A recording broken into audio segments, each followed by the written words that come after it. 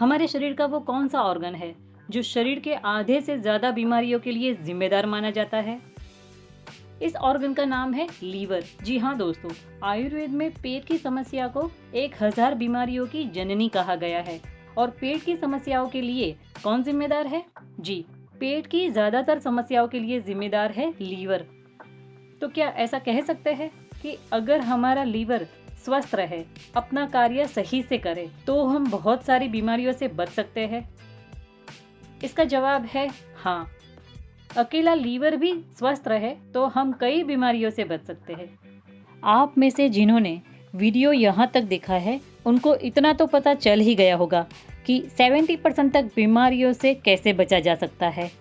अब आगे सवाल ये उठता है कि जो हमें बहुत सारी बीमारियों से बचा सकता है, ऐसे लीवर को हेल्दी कैसे रखा जाए? देखिए, जैसे हमारे शरीर को हेल्दी रखने के लिए पोषण की यानी पोषक तत्वों से भरपूर आहार की जरूरत है, वैसे ही लीवर को हेल्दी रखने के लिए उसे आराम की जरूरत है।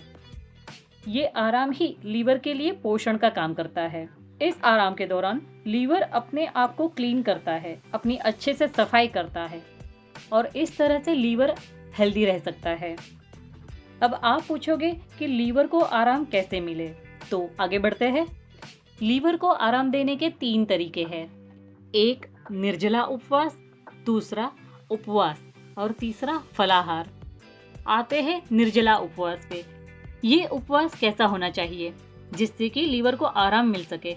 जी, इस उपवास में हमें न तो कुछ भी खाना है, ना ही कुछ भी पीना है, पानी भी नहीं पीना है, जिसे हम निर्जला उपवास भी कहते हैं।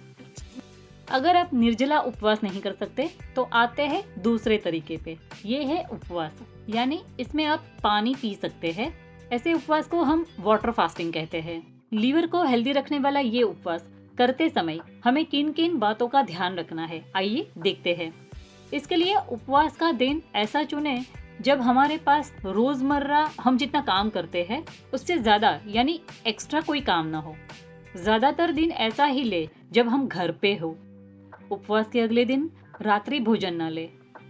इसका मतलब है अपना डिनर जल्दी यानी 7 बजे से पहले पहले कर ले। रात को जल्दी सो जाए और बस दूसरे दिन से आपका उपवास शुरू।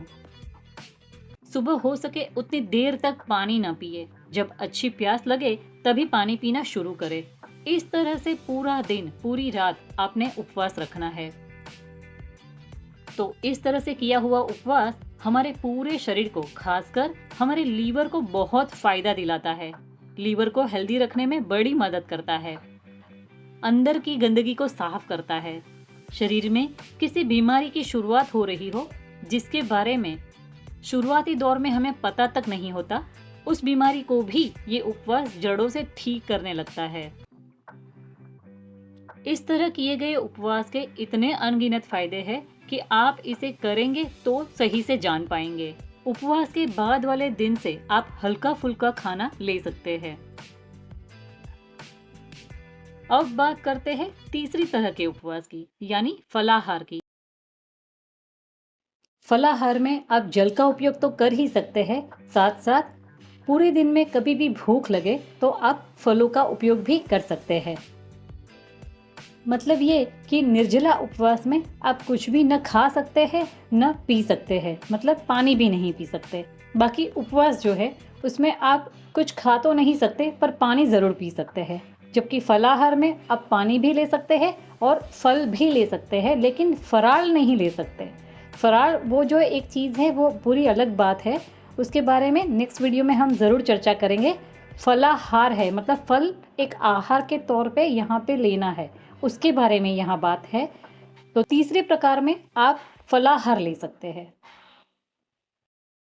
देखिए, वैसे तो लीवर के लिए सबसे अच्छा और असरदार उपवास तो निर्जला उपवास ही माना जाता है। जल के साथ किया हुआ उपवास भी काफी असरदार रहता है, जबकि फल के साथ किया हुआ उपवास भी कहीं हद तक असरदार कहलाता ही है। इसलिए अपनी अपनी रुचि और प्रकृति तथा अपने स्वास्थ्य की स्थिति को ध्यान में रखते हुए हमें दिखाए गए तीनों में से किसी भी एक प्रकार से उपवास करना चाहिए।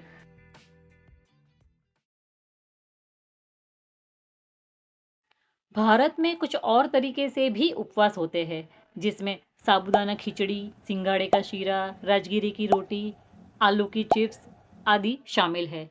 इस पर एक बड़ा वैज्ञानिक खुलासा करेंगे। इसके लिए मिलते हैं अगले वीडियो में।